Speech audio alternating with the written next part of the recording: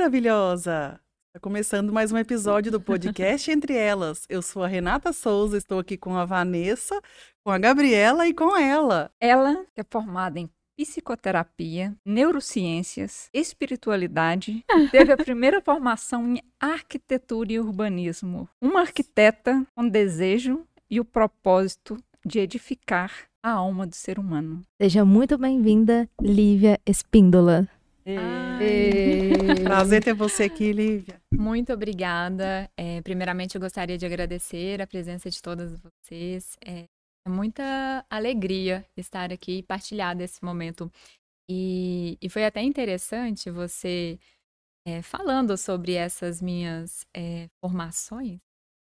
Me veio um sentimento muito profundo, porque antes de ser essa Lívia palestrante, antes de ser a Lívia terapeuta, antes de ser a Lívia psicoterapeuta e até mesmo arquiteta, eu apenas sou, em essência. E é nesse lugar de essência que eu me reconheço. E como que nós fomos treinados até mesmo a apresentar as pessoas e nos apresentar com títulos, com papéis, mas quem é a Lívia por trás de todos esses papéis que ela vem exercendo ao longo da vida? E isso é até interessante porque foi um questionamento que me acompanhou por muito tempo e que me levou há 15 anos a um mergulho muito profundo para dentro de mim com o autoconhecimento e nessa reconexão com a nossa essência divina. E que hoje se traduz no meu trabalho voltado para o desenvolvimento integral do ser humano. Você saiu da arquitetura, que é uma área completamente diferente, para tomar essa essência. Como que foi essa transição? A minha primeira formação foi em arquitetura e urbanismo, por onde eu atuei 7 anos da minha vida. Eu tinha um escritório como arquiteta, era autônoma. E eu brinco que eu caí de paraquedas na arquitetura, porque eu venho de uma família que sempre trabalhou no meio da construção.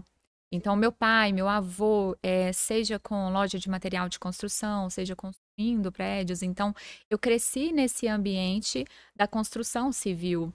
E o jovem, até mesmo nós mesmos, nós somos muito moldados pelo meio em que nós crescemos, em que nós vivemos. Sim. Então, naturalmente, quando chegou na época de ir para a faculdade, eu fui ali para o que era mais familiar e acabei indo para a arquitetura. E a arquitetura, a faculdade de arquitetura, eu falo que não foi só uma faculdade de arquitetura para mim, porque ela foi ali uma faculdade da vida. Porque foi quando eu comecei os meus primeiros questionamentos de quem eu era. Será que eu estava no caminho certo? Será que era através daquela profissão? Era o meu propósito? Tinha sentido tudo aquilo? Então foi quando eu comecei esses primeiros questionamentos e comecei a dar os primeiros passos nesse caminho do autoconhecimento e nessa busca por se reconectar com essa nossa essência. E depois de formada, já atuando como arquiteta, os questionamentos ainda continuaram. E por mais que eu achasse muito bela a profissão, por mais que eu estava conquistando meu espaço ali na arquitetura, conquistando clientes, reconhecimento, ainda assim, o meu coração não vibrava com aquilo. Parecia que havia uma inquietação, até mesmo por parte da minha alma. Porque era como se eu não estivesse no lugar certo. Então foi quando eu comecei a fazer essa transição de profissão. Mas ainda assim foi um desafio para mim, porque por mais que eu soubesse mais ou menos aonde eu queria chegar, eu não sabia por qual caminho seguir. E tem uma coisa interessante aqui, porque quando eu estava, enquanto eu estava atuando como arquiteta, o que acontecia? Quando eu fazia um projeto para um cliente, eu entrava muito na casa, para dentro da casa do cliente. Eu entrava muito na intimidade do cliente. Então, o que eu fazia? Eu fazia um briefing com o cliente e eu buscava traduzir a essência do cliente para um projeto físico. Seja o projeto da casa deles, seja o projeto do ambiente de trabalho. Então, eu buscava traduzir a essência dele, eu me conectava muito com ele. Então, durante a profissão de arquiteta, muitas vezes eu me vi mais como psicóloga do cliente do que realmente arquiteta, porque eu me conectava muito com ele, eu entrava para dentro da casa dele. Então, eu já sabia mais ou menos por onde ir, né? Mas mesmo assim, ainda havia os desafios, né? E eu sempre falo, quando a gente abre o coração, solta o controle e confia na sabedoria divina e dá os primeiros passos, a própria vida, o próprio universo, ele se encarrega de te mostrar o caminho e de te conduzir.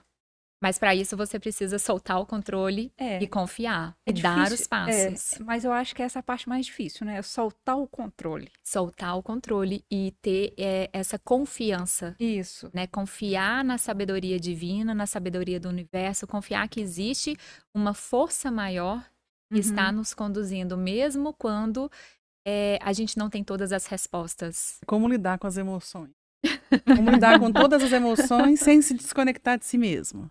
E aí, Lívia? Como lidar com todas as emoções sem se desconectar de si mesmo? Eu gosto muito de trazer aqui, de falar sobre a importância do sentir. Porque o nosso sentir, ele é como uma bússola. É como um guia. O sentir, ele sempre vai te direcionar para um caminho, te mostrar um caminho. E aqui entra uma questão muito interessante, que é sobre o que é que te define. Porque o que te define não é transitório e passageiro. Então, eu não tenho controle sobre o que pode me acontecer, sobre as circunstâncias externas. Mas eu posso ter um controle sobre a minha forma de reagir a partir daquilo que me acontece. Então, quando vem um sentimento, uma emoção, é aqui que entra a inteligência emocional, né? De você saber reconhecer aquele sentimento, acolher aquele sentimento, sem se identificar com ele. É um pouco difícil. Como viver sem com propósito. Você deixar que ele domine você.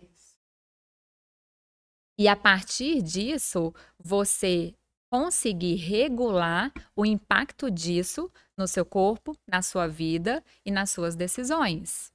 Mas para isso é preciso que você esteja cada vez mais na presença. Quanto mais você cultivar esse estado de presença, você abre espaços na sua mente até mesmo para você conseguir trazer mais consciência. E lidar também com as emoções no dia a dia não significa que você tem que estar no controle a todo custo daquela emoção, ou então que você tem que ignorá-la como se ela não existisse.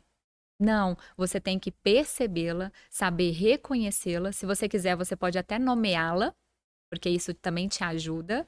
E a partir disso, você acolher ela dentro de você, sem se identificar com ela. Porque ela não é você, ela pode estar acontecendo em você neste momento, mas ela não te define, ela não é você, mas ela está acontecendo. E com isso você não dá força para ela, para que ela domine você. E também não julgar, né, essas emoções. Não julgar. Como boa ou ruim. É simplesmente uma emoção que você está sentindo naquela hora, se permitir sentir, mas saber que ela não é você, não é isso? Isso, ela não te define. E esse julgamento, né, quando você entra nesse julgamento, é aí que você às vezes dá até mais força para aquela emoção. Porque você entra na questão do apego. Se aquilo é bom, se aquilo é ruim. E você não está aqui para julgar. Quando você vai para dentro de si, para esse estado de consciência dentro de si, você não julga se é bom ou se é ruim. Você solta aquele controle, é você realmente soltar o controle. Se é bom, se é ruim, isso não é o que, de fato, o mais importante. Toda emoção, ela se alimenta da própria emoção. Da própria. Então, uma raiva, ela dura em média 90 segundos. a gente fica com raiva o dia todo. A gente ficou Porque a gente busca situações para manter aquela raiva, senão a raiva morre. Pra ir alimentando Para aquele ir alimentando sentimento. a raiva, é você mesmo que busca. Se a gente fosse mais racional, seria tão mais fácil, né? Não, seria não. Seria não. Nossa, porque, tipo, se a gente for pensar, é tão difícil a gente olhar pra dentro de nós mesmos e não. reconhecer. Eu acho que é silenciar a mente, né? A grande dificuldade da humanidade hoje é silenciar a mente, silenciar o ego. Silenciar o ego. Porque, na verdade, silenciar a mente não significa que os seus pensamentos vão desaparecer. Uhum. Esquece, os pensamentos eles vão estar ali. Sim. Faz parte da natureza da nossa mente pensar. O que você pode fazer é criar um espaço interno de quietude, em que você começa a estar mais na presença. E o que é estar mais na presença, na consciência? É você sair um pouco do ego. Uhum. Você não deixar que o ego fique no comando. Uhum. Porque, na verdade, você não é o pensamento, né? Você é a pessoa que observa o pensamento. Exato. Mas como a gente faz isso? É com a ajuda da terapia ou a gente consegue fazer também com ações? Nós mesmos conseguimos fazer. Olha, até uma coisa mesmo que eu estava fazendo antes de sentar aqui, estava guardando vocês, e eu sentada ali no sofá, e eu comecei a fazer o quê? Uma respiração consciente. E o que é a respiração consciente? É você trazer a consciência para a sua respiração. O ar que entra, o ar que sai. Você pode fazer alguns pranayamas também, que são respirações controladas, mas só de você observar a respiração, o ar que entra, o ar que sai, você já se conecta com a sua essência, com essa sua profundidade. Então, a respiração, ela te traz essa consciência. Uhum. Então, muitas vezes, nós ficamos tão ali, naquela correria, no modo automático, e a gente esquece até mesmo de observar a respiração. E a respiração, ela te leva para esse lugar mais sutil, para dentro de Uhum. e isso faz com que você torne até mesmo mais consciente e presente. Então, o tempo todo, por exemplo, mas isso é um treinamento. Eu já faço meditação já fazem uns 10 anos. Então, hoje eu consigo fazer o mindfulness, que é aquela atenção plena, Uhum. praticamente boa parte do tempo. Eu não vou dizer que é o dia todo, mas boa parte do meu tempo, enquanto eu estou fazendo a atividade, seja atividades do cotidiano mesmo ali, do dia a dia em casa, seja no trabalho, seja na academia, eu estou sempre atenta e consciente e presente na minha respiração, observando a respiração, o ar que entra e o ar que sai. E isso te volta para a sua presença. Uhum. Isso permite também até mesmo que o que acontece externo, situações externas, não te abale tanto profundamente. Uhum. Isso te ajuda a manter, como se diz, nesse controle, embora a gente não tenha controle de nada. Sim. É interessante também, esse automatismo que você citou, a gente passa a adquirir muita coisa que não é da gente. Sim. O que eu vou falar? Eu descobri que eu adoro lavar vasilha, mas eu sempre também achei que eu gosto. odiava. Olha. Porque eu fazia ali tudo muito no automático, tudo correndo, até que um dia eu centrei na atividade de lavar vasilha. Eu gosto da água, eu gosto de sentir a textura da água. Olha, isso é um mindfulness. E eu pensei, Você cara, eu observar o gosto de lavar toque. vasilha. Lavar vasilha não é ruim, sabe? Mas só depois dessa E você trouxe essa consciência, presença. né? Essa presença e que eu peguei não dos outros, e sim da minha percepção.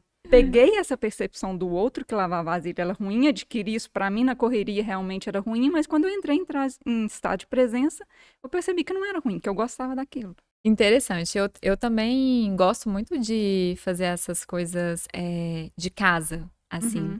E é interessante quando você traz a presença para aquilo, porque aquilo deixa de ser algo banal, assim, do automático, e passa a ser algo que tem um significado para você. E isso é até interessante que muitas vezes, em ambiente de trabalho, no mundo corporativo, pessoas que estão ali muito no automático, no trabalho, talvez elas vão perdendo esse sentido ao longo do trabalho, da profissão, justamente por isso. Porque, na verdade, ela está perdendo a presença enquanto ela faz aquilo. Entra tanto no modo automático que ela já acaba nem vendo mais sentido no que ela está fazendo. Então, muitas vezes, isso acontece também até mesmo dentro do ambiente de trabalho. Sempre preocupado com o resultado e não com o processo, né? Não se Exato. vive mais o processo. Não se vive mais processo, sendo que o processo, ele é um dos mais importantes, né? Como dizem também, né? A felicidade, ela não está no topo da montanha, ela está na caminhada. Então, o resultado, ele é importante. A meta atingida no final do mês é importante, mas quem eu estou me tornando enquanto eu estou indo, né? Caminhando até chegar nessa meta, é também importante. E aproveitando o gancho do que a gente está falando, veio aqui na minha mente a questão da essência. O quanto quando a gente é criança, a gente tem ali a nossa essência e ao longo da vida vão acontecendo coisas, a gente vai mudando ali personalidade e parece que a gente vai perdendo a essência. Não gosta mais das mesmas coisas, mas você se sente perdido, mas quer resgatar essa essência. Sabe, uma coisa meio perdida? Sim. Como que a gente consegue, né, resgatar essa essência? Na verdade, a criança, né, nós crianças, nós crianças, Nós somos mesmo. Temos A nossa essa criança interior, interna, ela tá essa aqui. criança interior tá aqui ainda te chamando, ela tá viva dentro de Isso. você. Só que vão criando tantas camadas e camadas de proteção, camadas de vergonha, de medo, insegurança, que vão nos afastando cada vez mais dessa nossa essência. Eu falo eu até brinco que o processo de autoconhecimento, ele é como descascar uma cebola, porque você tira uma camada daquela cebola e tem outra. Aí você tira outra e tem outra. Aí você fala, cadê o centro da cebola? E não chega nunca no centro, na essência. Porque tem tantas camadas ali de proteção que nós vamos criando ao longo da nossa vida, que nos afasta verdadeiramente, assim, dessa nossa essência. Mas como resgatar tudo isso? Trazendo esse olhar para dentro de si. E é uma questão que às vezes é difícil para muitas pessoas, porque trazer o olhar para dentro de si requer que você encare, olhe para aqueles aspectos seus que por muito tempo você ignorou e recusou, como as dores, os seus traumas, as suas crenças. Então, exige que você saia dessa zona de conforto mental e emocional.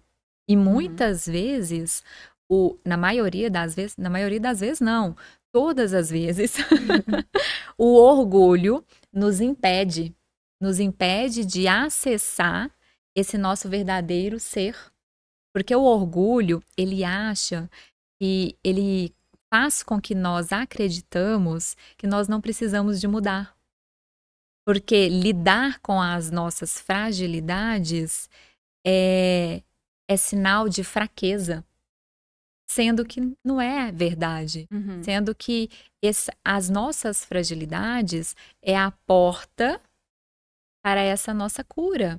Até mesmo para a gente poder acessar esse nosso maior potencial, essa nossa força interior e a nossa essência.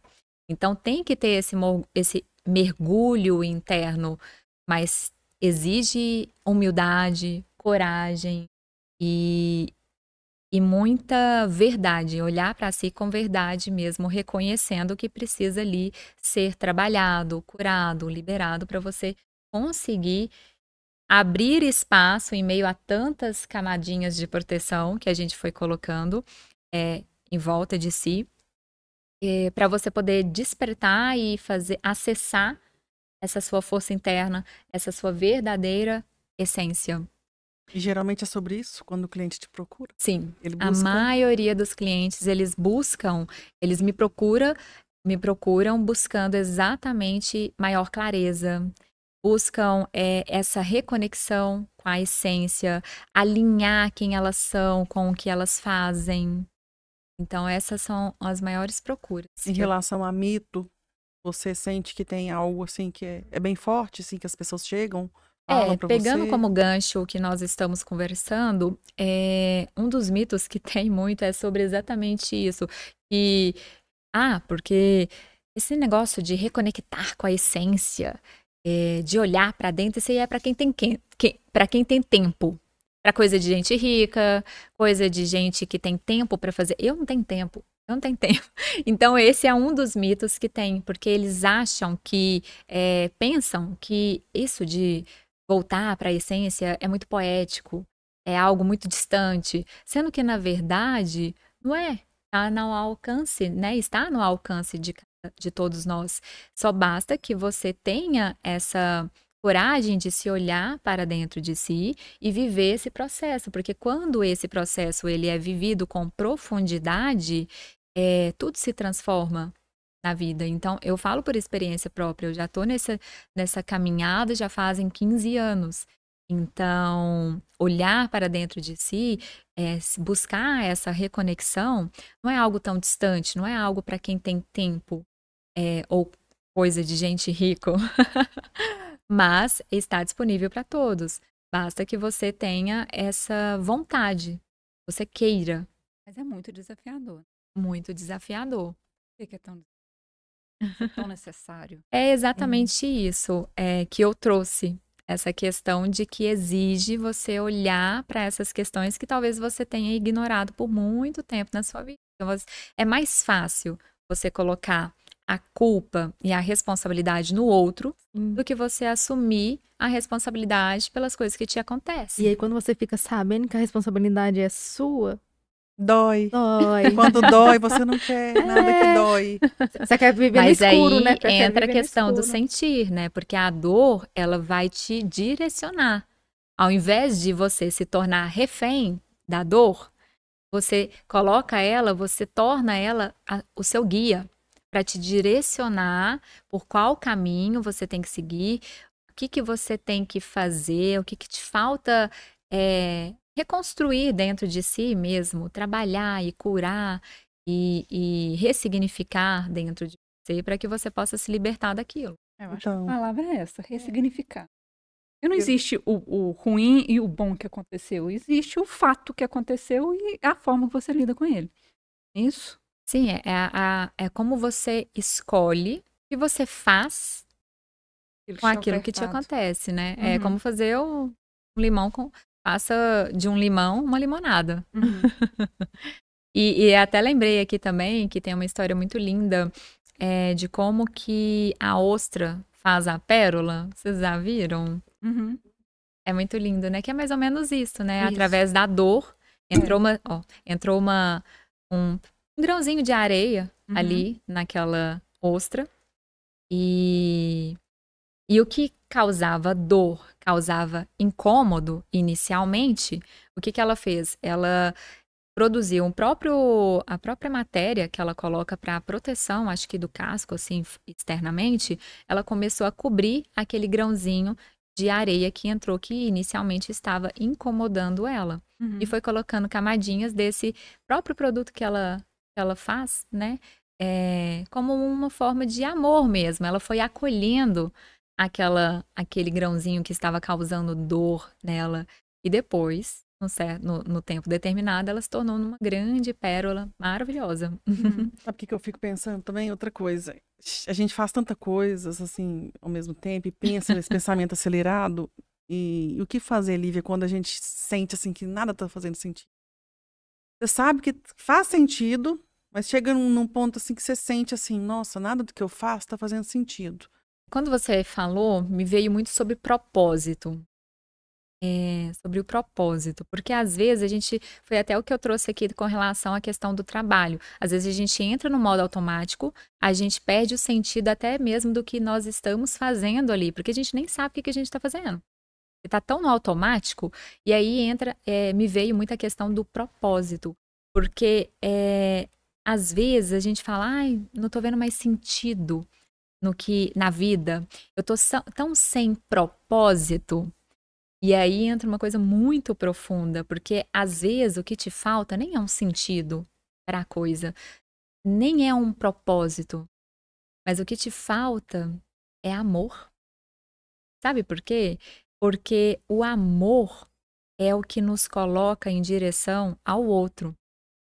E sempre quando a gente está exercendo algo, fazendo algo, nunca é só sobre a gente, mas sim sobre o outro. O que eu posso ofertar para o outro, o que eu posso fazer pelo outro. O nosso propósito, ele não é só com a gente, ele é com o outro. Ele não é sobre a gente, mas através de nós. Então, quando a gente começa a ficar não ver mais sentido na vida, a se sentir sem propósito, o que te falta é amor. É você se reconectar com esse amor dentro de você. Porque quando você descobrir que há esse amor dentro de você, você descobre esse desejo de servir. E é o servir. E é o amor que te coloca, que te move em direção ao outro. Então, às vezes a gente fica ali sem falta de sentido, falta de propósito, e é justamente isso. O que te falta mesmo é descobrir esse amor dentro de você, porque o ser humano, ele é movido por paixão, ele é movido por amor. E a partir do momento que ele descobre esse amor dentro dele, a vida transforma. Ele vem naturalmente, né? Ele tem essa vontade de servir, de estar ali presente para o outro, de fazer aquela atividade, porque já não é mais só sobre ele, e sim sobre o que ele pode fazer através dele para o outro. Então, muitas vezes, essa falta de sentido, essa falta de propósito, vem muito dessa falta de amor. O que é muito profundo. É profundo, a gente precisa restaurar tantas coisas que eu tô aqui já assim, ó, meu Deus. É porque a espiritualidade fala, a Bíblia fala, a física quântica fala, somos todos um, né? Então, na verdade, o que você faz pro outro, você tá fazendo pra você. Sim. Até o amor próprio entra nessa jogada do amor. Sim, né? A começar em nós, esse amor. Começar em nós, e nem só a começar em nós, a começar pela nossa raiz, pelas nossas origens mesmo, né? Se eu tenho um Deus que criou, né, toda a vida, então a começar por esse amor, a começar por esse amor pela vida, a começar por esse amor pelo propósito de Deus com essa vida. E a partir disso, você reconstruir esse seu amor, ancorado nessa sua essência mais profunda. Porque essa matéria aqui ela é limitada diante da grandeza da vida. Então, quando você ancora a sua força nesse amor mais profundo que você tem pela vida, que você tem pelo propósito de Deus dessa vida, e não só, né, pelo propósito que Deus tem na sua vida aqui com você, então você ganha muito mais entusiasmo, você vê mais sentido em fazer o que você faz, a vida ganha mais propósito, sentido, significado. Então todo mundo tem um chamado de Deus. Ou não. Pode ser que tenha pessoas que não têm. Olha, na verdade, o chamado de Deus, você tem ou você não tem, na verdade Deus nos chama todos os dias.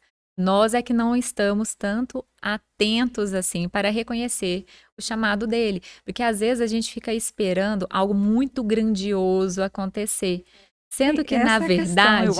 eu acho que entra mais nessa questão, né? É isso. Sendo que, na verdade, é sutil, é no dia a dia, é no seu cotidiano. Então, se você não está desperto, você não percebe. Então, às vezes a gente fica esperando algo muito grandioso para acontecer.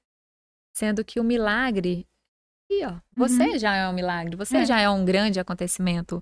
Só que muitas vezes as pessoas nem têm essa consciência de que ela mesma já é a própria existência dela já carrega um significado, já tem um propósito em estar aqui. Ela não está aqui por acaso. Então, às vezes a gente espera algo muito grandioso. Sendo que, na verdade, todos nós somos chamados, todos os dias, a estar despertos. E quando eu falo estar despertos, é consciente no pequeno.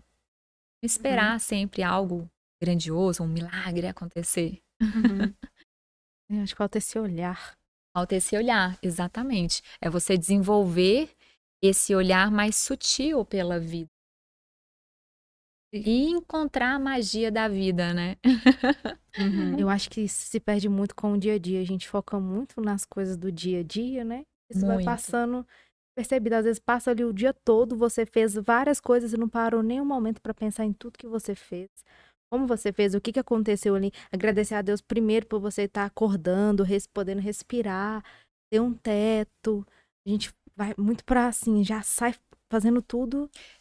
Tem uma coisa engraçada que eu lembrando, porque durante a faculdade de arquitetura ainda, eu estava lá em meio àqueles questionamentos, quem era eu, qual o meu propósito, se fazia sentido aquilo tudo.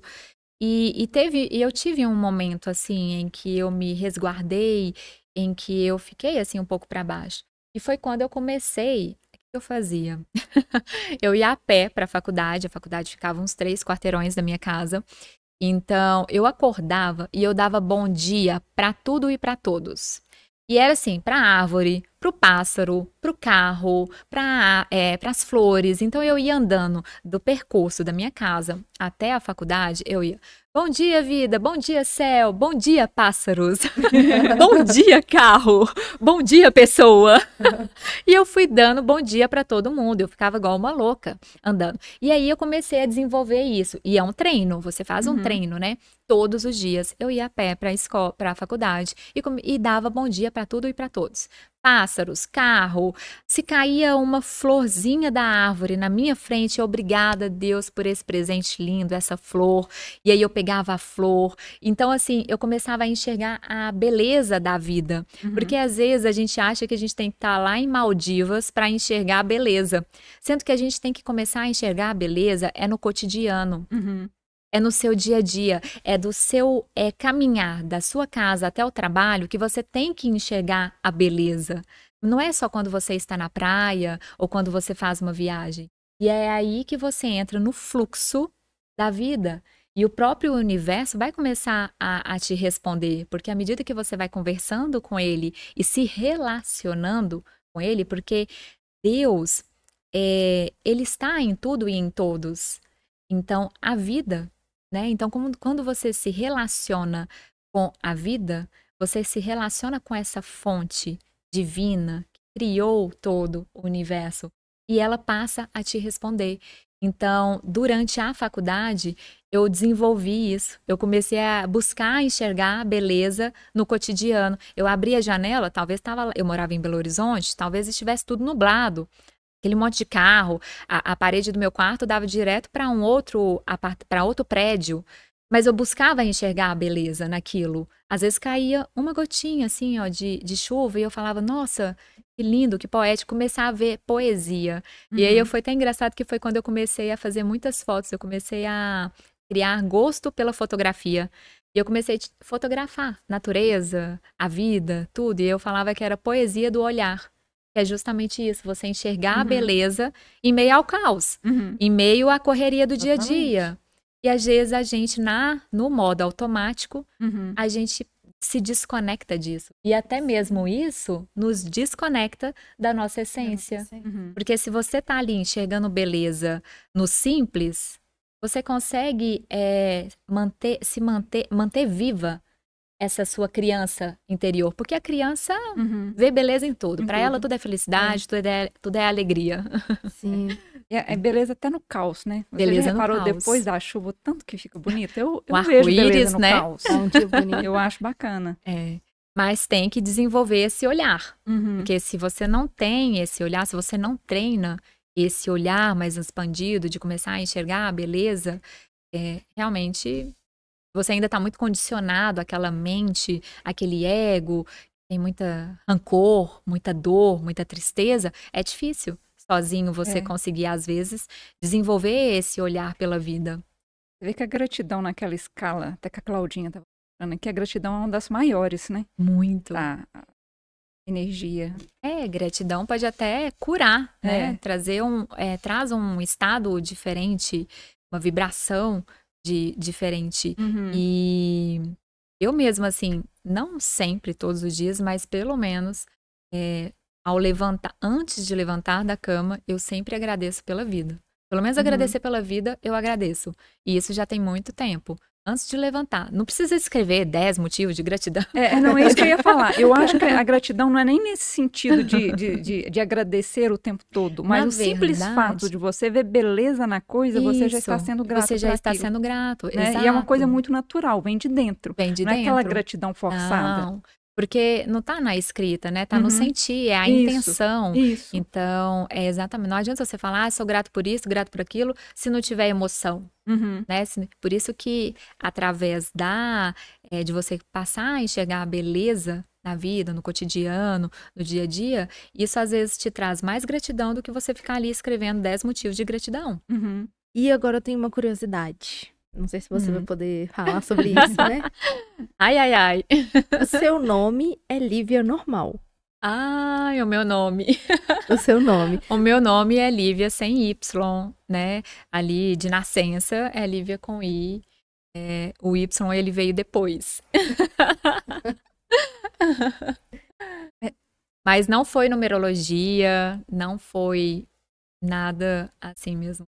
Foi, assim, não foi numerologia, mas foi até mesmo um trabalho que eu fiz, em que a profissional falou que o Y estaria mais energeticamente, talvez, falando, favorável a partir dessa minha nova jornada, a partir do meu novo trabalho, né? Porque até então eu era arquiteta e depois da transição foi quando eu modifiquei. Mudou. Mas não foi numerologia, não. Eu cheguei a uma vez fazer a numerologia, mas ela não me trouxe nada sobre o Y. E aí depois, num outro trabalho que nem era com numeróloga, ela trouxe essa questão. E foi até engraçado que teve uma vez que eu fiz um curso, eu morava em São Paulo, e voltei por 4 anos, morei em São Paulo. E eu fiz um curso lá no IBC, no Instituto de Coach, e foi engraçado que o professor lá, ele olhou o meu crachá e viu lá escrito, né, Lívia Espíndola, com 3 Y. Ele olhou e falou assim, nossa, mas que tanto de Y, o que é isso? O que significa isso? Aí ele falou assim, já sei. Aí ele, Lívia! Que é como se, porque se você pega o Y, ele é como se fosse duas mãozinhas pra cima e aterrado. E é mais ou menos isso mesmo que eu vejo a simbologia assim do Y, porque é como se trouxesse essa conexão do céu com a terra. Né, quando você tá ali, como se fosse uma árvore, né? Até o grato, né? Exato. Aí ele, Lívia! Mas eu achei tão engraçado, eu ri tanto no dia, foi até o José Marques, que ele é o dono lá do Instituto. Mas foi muito interessante, engraçado. E como que funciona a sua abordagem? O cliente te procura com uma demanda específica ou você tem uma primeira conversa e a partir dali vocês definem o que vai ser trabalhado primeiro? Como que funciona? Isso. Normalmente as pessoas me procuram já com uma questão muito específica.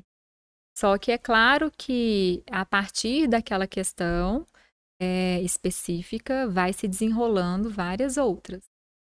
E se tiver que ter algum apoio, algum outro trabalho que possa agregar ao meu, então tudo isso também vai sendo encaminhado e diagnosticado ali até mesmo para melhor tratamento.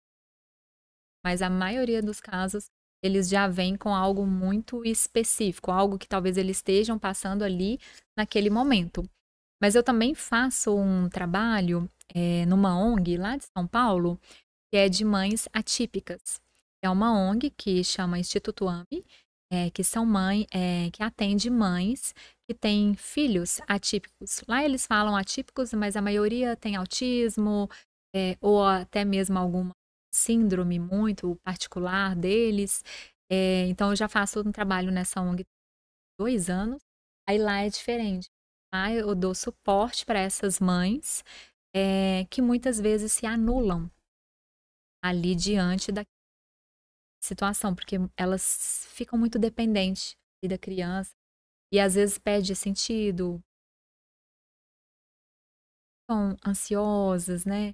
Então, muitas vezes elas se anulam. Então, eu faço um trabalho específico com essas mães também. É bacana. Muito. Estamos precisando de mais profissionais assim. Foi quando eu estava na transição ali de profissão. eu já me conectei com esse movimento. Eu falei, nossa, eu quero ajudar.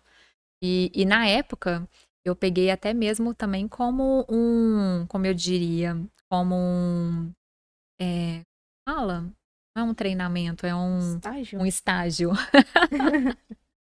Até mesmo como um estágio, né? Então, fui ali atendendo as mãezinhas e ficou até hoje, eu atendo algumas.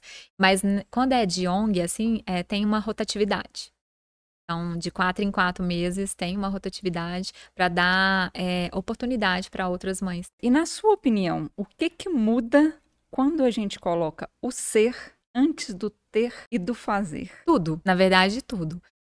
Nós estamos acostumados muito a viver no inverso. Muitas vezes a gente acredita que tem que ter alguma coisa para depois fazer e então ser. Mas quando a gente coloca o ser no centro da nossa vida e quando a gente passa a viver a partir desse espaço dentro da gente que está em comunhão, alinhado com valores, com propósito, o nosso fazer, ele ganha mais força, ele ganha mais sentido, mais significado. E o nosso ter, ele se torna uma consequência natural desse alinhamento. E isso, por exemplo, num ambiente de trabalho, num ambiente corporativo, significa resultados sustentáveis, duradouros. Porque as suas ações, elas passam a ser ancoradas em valores e não naquela pressão externa. Então, é como se o nosso ser, ele fosse a raiz. O fazer são os galhos e o ter são os frutos. Se a raiz ela está forte, então os frutos naturalmente eles florescem. Mas se a raiz está frágil, os frutos uma hora ou outra eles vão apodrecer, eles vão cair. Então quando o ser ele passa a estar no centro da sua vida, o impacto gerado a partir disso, os frutos que você colhe a partir disso, eles ganham muito mais força, significado e sentido. Então, por isso a importância de não inverter essa pirâmide, que muitas vezes a gente já coloca o ter acima do fazer, né? Na verdade, não é um acima do outro, né? Na verdade, aqui é você trazer o ser para o centro. E a partir dele estando no centro, vem o fazer, naturalmente. Até mesmo pensando na questão da mente, né? Se você quer conquistar algo, primeiro você tem que se tornar aquele algo, né? Até mesmo falando, por exemplo, em prosperidade. A pessoa quer prosperidade na vida, mas ela não é uma pessoa próspera. Né? Ela não se sente uma pessoa. A mentalidade dela não é de uma pessoa próspera. Tem essa mentalidade de prosperidade. Entendemos agora, né, meninas? Agora temos que viver mais em plenitude. Tá? Vamos seres de luz agora. Não é bem isso. Eu acho que a iluminação não é bem assim, né? Assim, o pessoal tem muito que é uma santidade, mas não é bem assim, né? Na verdade, assim, todos nós, queira ou não queira, vocês mesmo com os seus pecados, todos nós estamos aqui um dia para atingirmos essa divinização, essa iluminação. Mas isso não quer dizer que nós temos que renunciar à nossa vida, os nossos fazeres, os nossos desejos. Não é sobre renúncia. É sobre quem está no governo da sua vida. Por exemplo, você tem sido governado na sua vida pelas suas dores, pelos seus medos? Ou você tem sido governado por esse espaço dentro de você que é mais sagrado, que está em comunhão com o divino, que está alinhado a propósito, a valores. Então, assim, você não necessariamente precisa renunciar à só sua tomar vida. as rédeas mesmo. E é muito difícil, porque a distração tá aí. Uhum. É fácil certeza. se distrair no meio da jornada. Muito fácil. É muito fácil. E a distração é o que nos afasta dos nossos sonhos, né? Dos Uhum. nossos objetivos. Cortina de fumaça, para não enxergarmos quem a gente é, né? Tá? Mas não precisa de renunciar à sua vida, atingir essa divinização, essa É porque, na nação. verdade, eu acho que o nosso maior propósito aqui é ser humano, né? A gente veio como ser humano para ser humano. E ser feliz também. Qual que é a essência humana, né? Complexo. É Nós, complexo, né? a gente está encaminhando camadas. para ser humano, né? Temos muito ainda que trabalhar essa nossa humanidade. Humanidade. É. Que nós somos, né? Uma unidade, Uhum. humanidade somos. Então, há muito ainda para desenvolver, assim, mas no coletivo, né? Pensando vendo por uma perspectiva mais ampla, assim.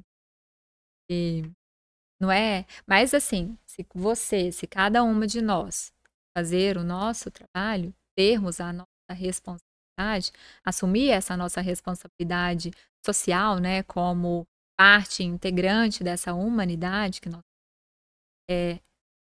futuramente vão vir os frutos.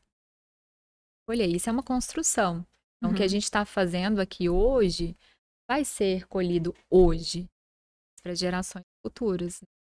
Isso que quanto mais pessoas despertas, né, maior essa caminhada, né, essa humanidade, para esse paraíso, né, esse lugar em que vai ter só amor, só alegria, só plenitude. Mas é uma construção. Lívia, prazerão enorme ter você com a gente. Aí eu que Foi agradeço um de bate-papo coração. super leve, muito super bom. gostoso. E para quem quiser ter um contato mais próximo com você, onde que te encontra nas redes sociais? Pode me procurar tanto no Instagram, também estou no YouTube. O YouTube não é tão movimentado assim, mas também estou presente no YouTube e agora no LinkedIn. E todos são Lívia Espíndola, tudo com Y. Bacana. Lívia Espíndola, tudo com Y. Ótimo. Para finalizar, a gente sempre termina o programa com uma pergunta. Se você pudesse voltar no tempo e dar um conselho para você mesma quando você começou, o que você fala? Seja feliz. Pega o coração e vai. Be happy. Oh, Be happy. arrasou. Bom demais. Agradecemos ao nosso patrocinador Chama Burger. E para continuar assistindo aos nossos episódios, siga-nos em nossas redes sociais.